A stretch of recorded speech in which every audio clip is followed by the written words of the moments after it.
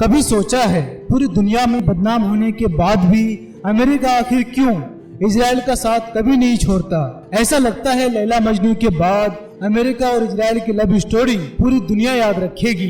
लेकिन ये दोस्ती हमेशा से ऐसी नहीं थी, बल्कि दुनिया में एक वक्त ऐसा भी था जब यहूदी और क्रिश्चियन एक दूसरे से बहुत नफरत करते थे।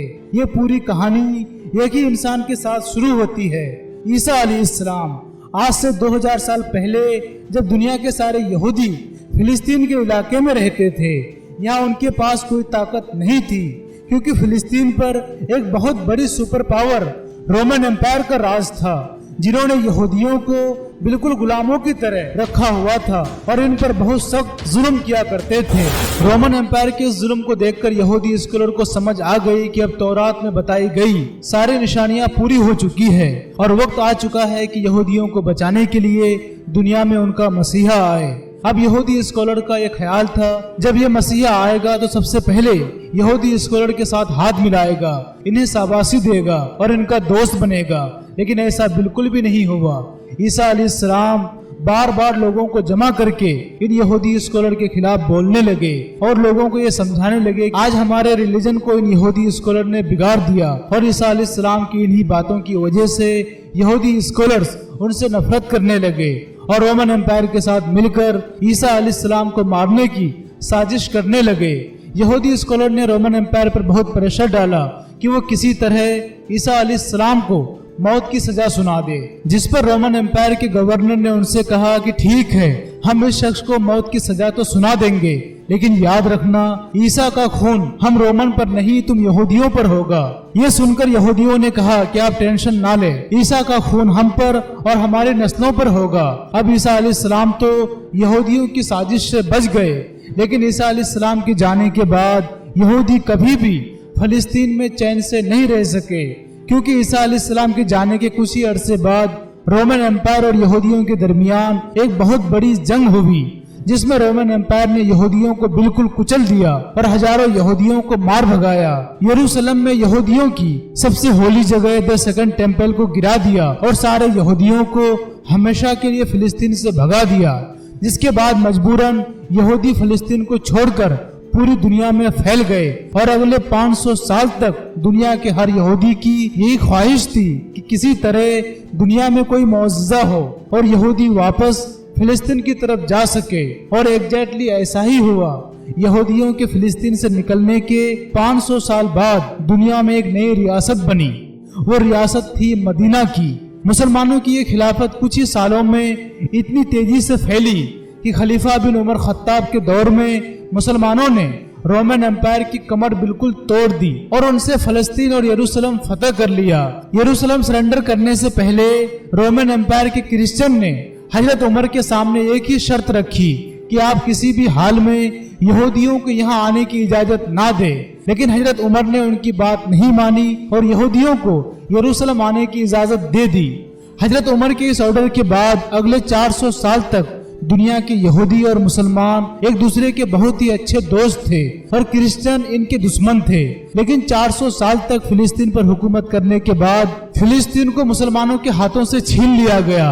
हुआ यह कि यूरोप में एक नया पोप आया, पोप अर्बन। ये एक बहुत ही खतरनाक पोप था, जिसने आते ही यूरोप की अवाम और बादशाहों को मुसलमानों के खिलाफ जंग लड़ने का हुक्म दिया, ताकि क्रिश्चियन मुसलमानों से अपनी होली सिटी यरूशलेम दोबारा छीन सके। जिसके बाद यूरोप के क्रिश्चियन ने मिलकर मुसलमानों पर हमला कर दिया। लेकिन यहाँ मसला ये था कि उस वक्त मुसलमान बादशाह अपनी अय्याशियों में और आपस की जंगों में इतने मसरूफ थे कि वो क्रिश्चियन की इस फौज से नहीं लड़ सके। इसीलिए क्रिश्चियन ने बहुत ही आसानी से पूरे फिलिस्तीन पर कब्जा कर लिया और बहुत ही बेदर्दी से मुसलमानों को मारने लगा। कहा जाता है कि एक वक्त ऐसा था कि मस्जिद अक्सा में पांव रखने की भी जगह नहीं थी, क्योंकि वो मुसलमानों की लाशों से भरी हुई थी। अब क्रिश्चियन की जंग तो मुसलमानों के साथ थी, लेकिन वो मुसलमानों से ज्यादा नफरत यहूदियों से करते थे, क्योंकि इन्हीं यहूदियों ने बहुत साल पहले क्रिश्चियन के खुदा जीसस क्राइस्ट को मारने की साजिश की थी। तो क्रिश्चियन मुसलमानों को मारने के साथ साथ यहूदियों का भी पीछा करने लगे, जिसे देखकर यहूदियों के बच्चे और औरतें इन क्रिश्चियन से भागकर अपने टेम्पल्स और सिनेगॉग्स में छुप गए। और जैसे ही क्रूसेडर्स को इसका पता चला, उन्होंने यहूदियों की इन सारी बिल्डिंग को आग लगा दी और हजारों यहूदियों को जिंदा जला दिया, जिसके बाद अगले 90 साल तक मुसलमान फिलिस्तीन को दोबारा फतेह नहीं कर सके। आखिर दुनिया में मुसलमानों को एक नया लीडर मिला, सलाहुद्दीन अय्यूबी, जिन्होंने दुनिया के मुसलमानों को दोबारा यूनाइट करके फिलिस्तीन पर एक बार फिर हमला किया। और इस हमले में दुनिया के सारे यहूदियों ने मिलकर सलाहुद्दीन अय्यूबी को सपोर्ट किया। यहाँ तक कि दुनिया के सबसे बड़े यहूदी स्कॉलर मेमोनाइट सलाहुद्दीन अय्यूबी के साथ इस जंग में शामिल थे और उनके पर्सनल डॉक्टर थे। इसके बाद सलाहुद्दीन अय्यूबी ने ऑफ कोर्स फिलिस्तीन को दोबारा फतेह किया और इस तरह एक बार फिर मुसलमान और यहूदी अमन और सुकून के साथ रहने लगे। और सिर्फ फिलिस्तीन में ही नहीं बल्कि दुनिया में जहाँ भी मुसलमानों की हुकूमत थी, यहूदी वहाँ बहुत ही इज्जत की जिंदगी गुजारते थे और हमेशा क्रिश्चियन से दूर रहने की कोशिश करते थे। दुनिया के सबसे ताकतवर यहूदी फिलिस्तीन में नहीं, मुसलमानों की दूसरी हुकूमत उमलस स्पेन में थे। स्पेन एक जमाने में मुसलमानों का सबसे रिच और ताकतवर इलाका था, जहां मुसलमानों की 800 साल से हुकूमत थी और मुसलमानों से स्पेन छीनना इम्पॉसिबल था। लेकिन 800 साल बाद एक बार फिर यूरोप के क्रिश्चियन लीडर ने मिलकर मुसलमानों के स्पेन पर हमला कर दिया और आखिर मुसलमानों से पूरा स्पेन छीन लिया। स्पेन को फतेह करने के बाद क्रिश्चियन लीडर ने मुसलमानों और यहूदियों को 2 ऑप्शन दिए, या तो अपने रिलीजन को छोड़कर क्रिश्चियन बनो या स्पेन को छोड़कर हमेशा के लिए यहाँ से निकल जाओ। तो बिल्कुल अपना रिलीजन तो मुसलमानों और यहूदियों को नहीं छोड़ना था। तो अब ये सब कंफ्यूज थे कि स्पेन को छोड़कर कहाँ जाए। ये देखकर उस वक्त के उस्मानिया सल्तनत के बादशाह सुल्तान बायजीद ने मुसलमानों और यहूदियों को दावत दी कि स्पेन को छोड़कर उस्मानिया सल्तनत की तरफ आए, जहां उस्मानिया सल्तनत के बादशाह उनका अच्छा ख्याल रखेंगे। अब यहाँ पर एक सवाल है कि अगर दुनिया के मुसलमान और यहूदी अभी सिर्फ 500 साल पहले तक एक दूसरे के इतने अच्छे दोस्त थे, तो फिर दरमियान में ऐसा क्या हुआ कि यहूदी और क्रिश्चियन एक साथ मिलकर मुसलमानों के दुश्मन बन गए? ये समझना बहुत ही इम्पोर्टेंट है। जब कोलंबस ने अमेरिका डिस्कवर किया, आहिस्ता आहिस्ता यूरोप और अमेरिका की इकोनॉमी बहुत तेजी से आगे बढ़ने लगी। ये देखकर मुसलमान इलाकों में रहने वाले यहूदी भी पहली बार यूरोप की तरफ शिफ्ट होने लगे, जहां उन्होंने अपना बिजनेस शुरू किया।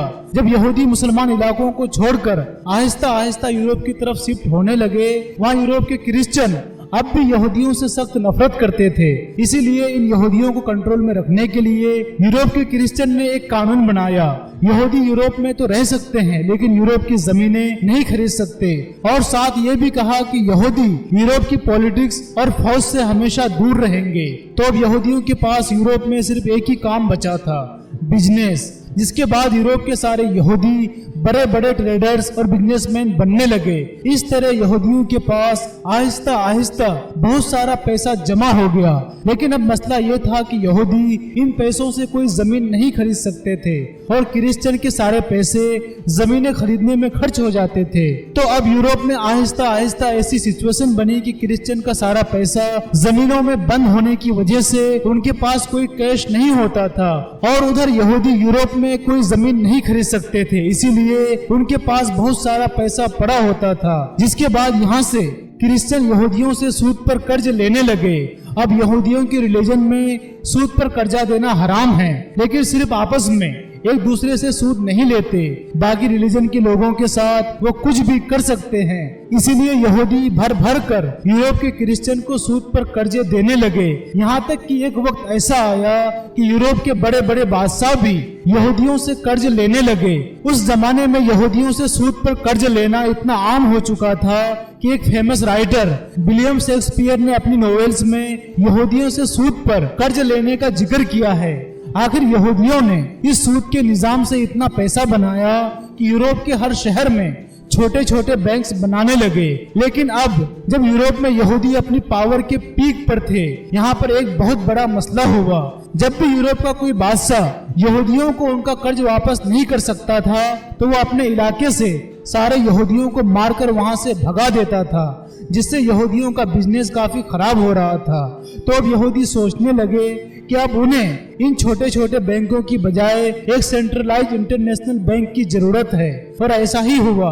آخر جرمنی کے ایک طاقتور یہودی نے دنیا کا پہلا انٹرنیشنل بینک بنایا، اور اس یہودی کا نام تھا مائر روتھشائلڈ۔ روتھشائلڈ کا بینک کچھ ہی سالوں میں اتنا طاقتور بنا کہ اس نے اپنے 5 بیٹوں کو یورپ کی ہر سٹی کی طرف بھیجا، اور ان سب کو حکم دیا کہ یورپ کی ہر کیپٹل سٹی میں جا کر وہاں کا سب سے بڑا بینک بناؤ۔ یہ دنیا کا پہلا انٹرنیشنل بینک تھا، اور اس کا فائدہ یہ تھا کہ یورپ کی ہر بڑی سٹی میں ہونے کی وجہ سے یورپ کا کوئی بھی بادشاہ ان کا بزنس ختم نہیں کر سکتا تھا، کیونکہ جب بھی کوئی ایک بھائی کمزور ہوتا تھا تو اس کے باقی سارے بھائی مل کر اسے بچا لیتے تھے۔ اس روتھشائلڈ فیملی کے پاس اتنا پیسہ تھا کہ اس وقت کے اسپینش امپائر، فرینچ امپائر اور برٹش امپائر سب انہی کے پیسوں سے چلتی تھی۔ لیکن روتھشائلڈ فیملی کو اپنی اصل طاقت تب ملی جب یورپ میں ایک بہت بڑی جنگ شروع ہوئی۔ اس جنگ کو فرانس کا ایک بہت بڑا بادشاہ نیپولین بوناپارٹ لیڈ کر رہا تھا۔ نیپولین کی طاقت پورے یورپ میں بہت تیزی سے پھیل رہی تھی، لیکن نیپولین کو سب سے بڑا نقصان تب پہنچا جب روتھشائلڈ کے 5 بھائیوں نے نیپولین کو نہیں بلکہ برٹش امپائر کو سپورٹ کیا، جس کے بعد برٹش امپائر نے روتھشائلڈ فیملی کے پیسوں سے نیپولین کو ہرا دیا۔ اس جنگ میں روتھشائلڈ کے پاس اتنی طاقت تھی کہ کہا جاتا ہے کہ یورپ میں کچھ بھی ہو اس کی سب سے پہلے خبر روتھشائلڈ فیملی تک پہنچتی تھی، اور پھر وہ اس خبر کو برٹش امپائر کے بادشاہ تک پہنچاتے تھے، اور اس طرح روتھشائلڈ کی مدد سے برٹش امپائر دنیا کی سب سے بڑی سپر پاور بنی۔ اب یہودی یورپ میں اپنی طاقت کے پیک پر تھے۔ یورپ کی ساری بڑی جابز یہودیوں کے پاس تھی۔ یورپ کے سب سے پڑھے لکھے لوگ بھی یہودی تھے۔ یورپ کی ساری اکانومی کا کنٹرول بھی یہودی کے پاس تھا۔ تو اب یہودی آہستہ آہستہ سوچنے لگے کہ 2000 سال پہلے ہم کمزور تھے، اسی لیے رومن امپائر نے ہمیں فلسطین سے نکال دیا تھا، لیکن اب اپنی طاقت کی وجہ سے دوبارہ فلسطین میں جا کر آباد ہوں گے، اور یہاں سے دنیا میں پہلی بار سیکریٹ زائنزم شروع ہوا۔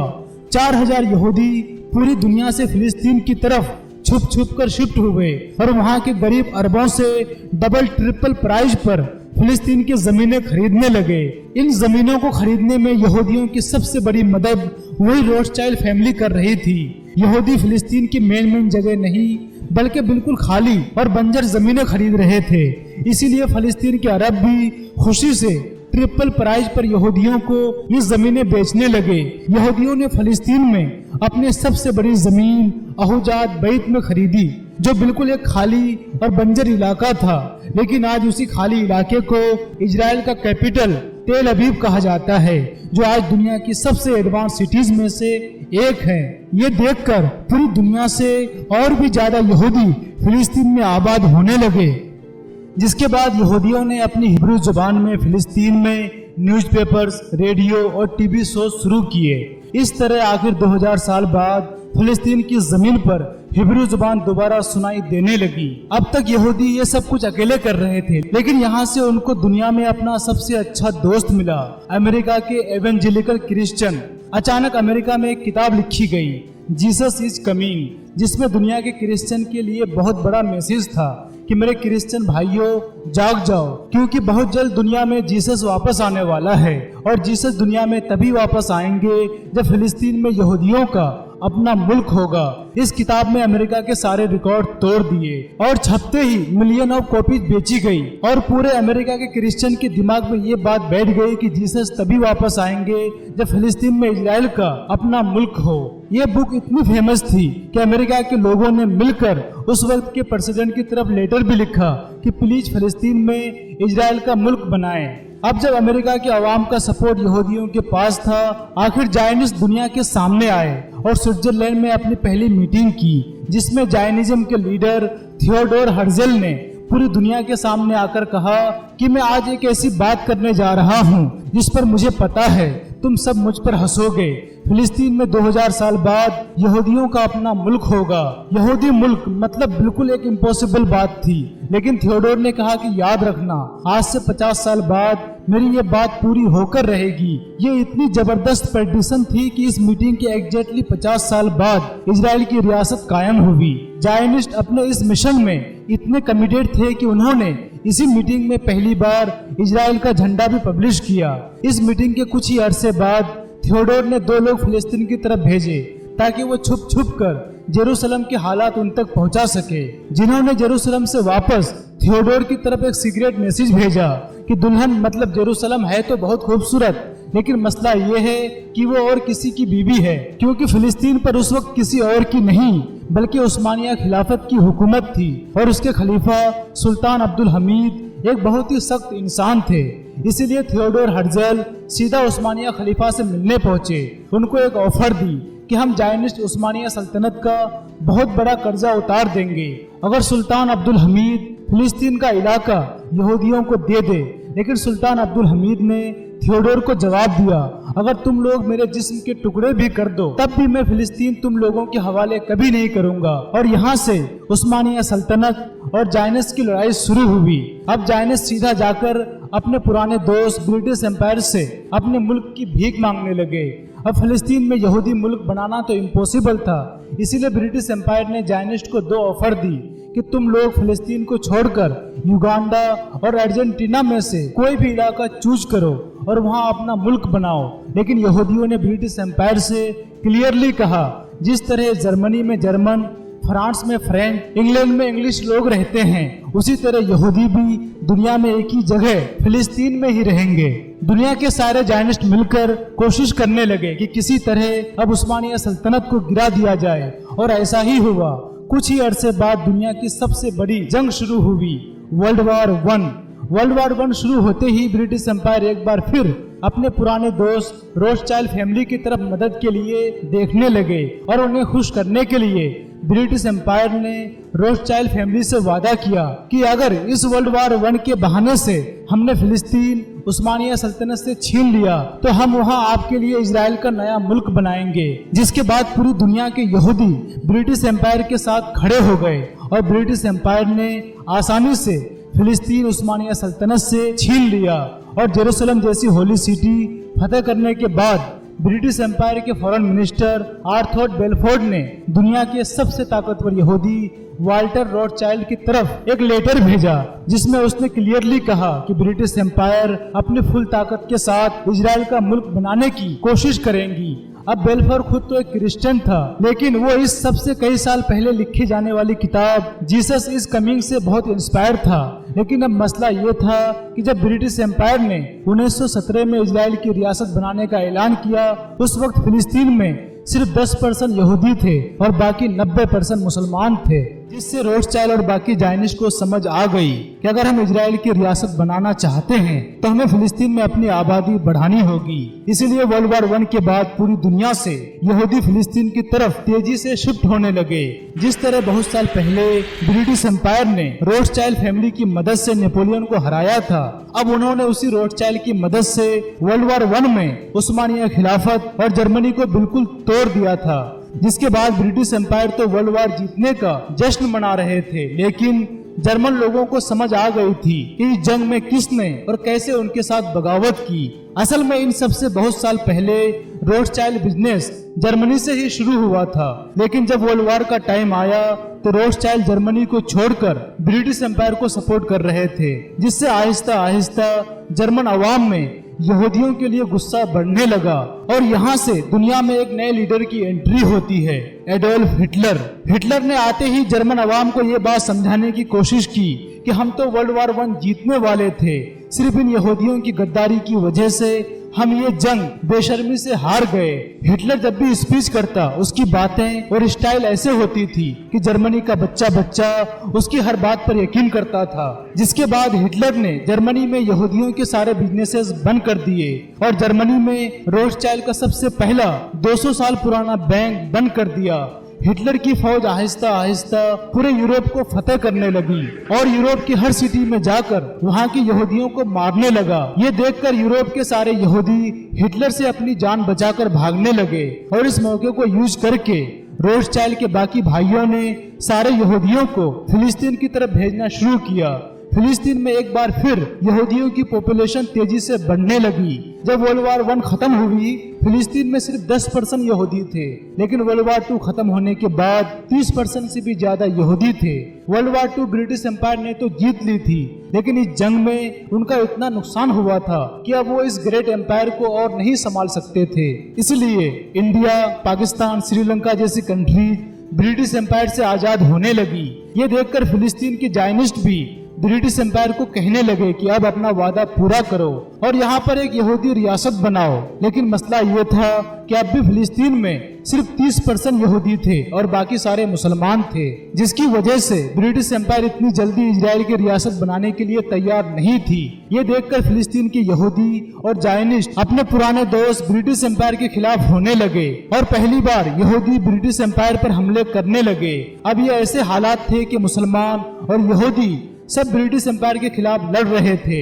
इसीलिए ब्रिटिश एम्पायर ने आखिरकार तंग आकर फिलिस्तीन का मसला यूनाइटेड नेशन के सामने पेश किया और कहा अब आप ही फैसला करें फिलिस्तीन के साथ क्या होना चाहिए।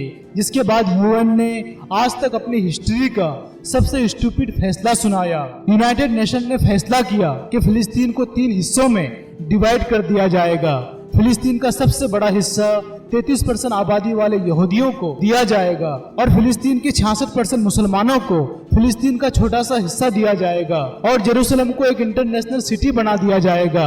यह ऐसा ही है कि एक केक को 10 लोगों में डिवाइड कर दिया जाए, आधा केक 3 लोगों को और आधा केक बाकी 7 लोगों को दिया जाए, जो एक बहुत ही यूजलेस फैसला था। जब यूएन ने अपना फैसला जायनिस और फिलिस्तीन में मुसलमान कमेटी के सामने रखा तो यहूदी इस फैसले पर बहुत बड़ा जश्न मनाने लगे, लेकिन फिलिस्तीन के मुसलमान कमेटी ने यूएन के इस फैसले को बिल्कुल रिजेक्ट कर दिया। मुसलमानों की इस कमेटी के हेड का नाम अमीनुल हुसैनी था, जो पूरे फिलिस्तीन का ग्रैंड मुफ्ती था। ब्रिटिश एम्पायर और जायनिस इस बंदे से पहले से ही नफरत करते थे, क्योंकि वर्ल्ड वार 2 में इस ग्रैंड मुफ्ती ने ब्रिटिश एम्पायर के खिलाफ जाकर जर्मनी के हिटलर को सपोर्ट किया था, बल्कि हिटलर के साथ पर्सनल मीटिंग भी की थी और हिटलर के लिए एक मुसलमान आर्मी भी बनाना चाहता था। जैसे ही मुसलमानों ने यूएन के प्लान को रिजेक्ट किया, अचानक इजराइल के रोथस्चाइल्ड स्ट्रीट पर जायनिस्ट का लीडर दुनिया के सामने आया और कहा मुसलमानों की जिटाई की वजह से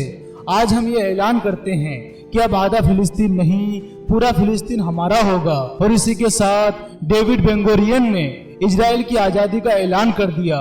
ये ऐलान उसने अपने जायनिस्ट लीडर थियोडोर हर्जल की बहुत बड़ी तस्वीर के नीचे किया, जो आज से एग्जैक्ट 50 साल पहले कहा था कि आज से 50 साल बाद दुनिया में इजराइल की रियासत बनेगी, और एग्जैक्टली ऐसा ही हुआ। इजराइल की आजादी के सिर्फ 11 मिनट बाद सुपर पावर अमेरिका ने इजराइल के मुल्क को एक्सेप्ट कर लिया, जिसके बाद सोवियत यूनियन और बाकियों ने भी ऐसा ही किया, जिनमें सिर्फ एक इस्लामिक कंट्री थी जिसने इजराइल को एक्सेप्ट किया, रजा शाह पहलवी, जो ईरान का लीडर था। अब जब इजराइल के सारे यहूदी आजादी का जश्न मना रहे थे, उसके सिर्फ एक दिन बाद इजराइल के पास अरब कंट्रीज ने इजराइल पर हमला कर दिया, लेकिन इसका कोई फायदा नहीं हुआ। इजराइल ने अमेरिका और ब्रिटिश की मदद से इन बड़े बड़े अरब कंट्रीज को क्रश कर दिया, बल्कि इस जंग से इजराइल का साइज और भी बढ़ गया और जो हिस्सा यूएन ने मुसलमानों को देने का वादा किया था वो भी मुसलमानों के हाथों से निकल गया। अब इजराइल के लिए फिलिस्तीन में सिर्फ और सिर्फ एक ही मसला था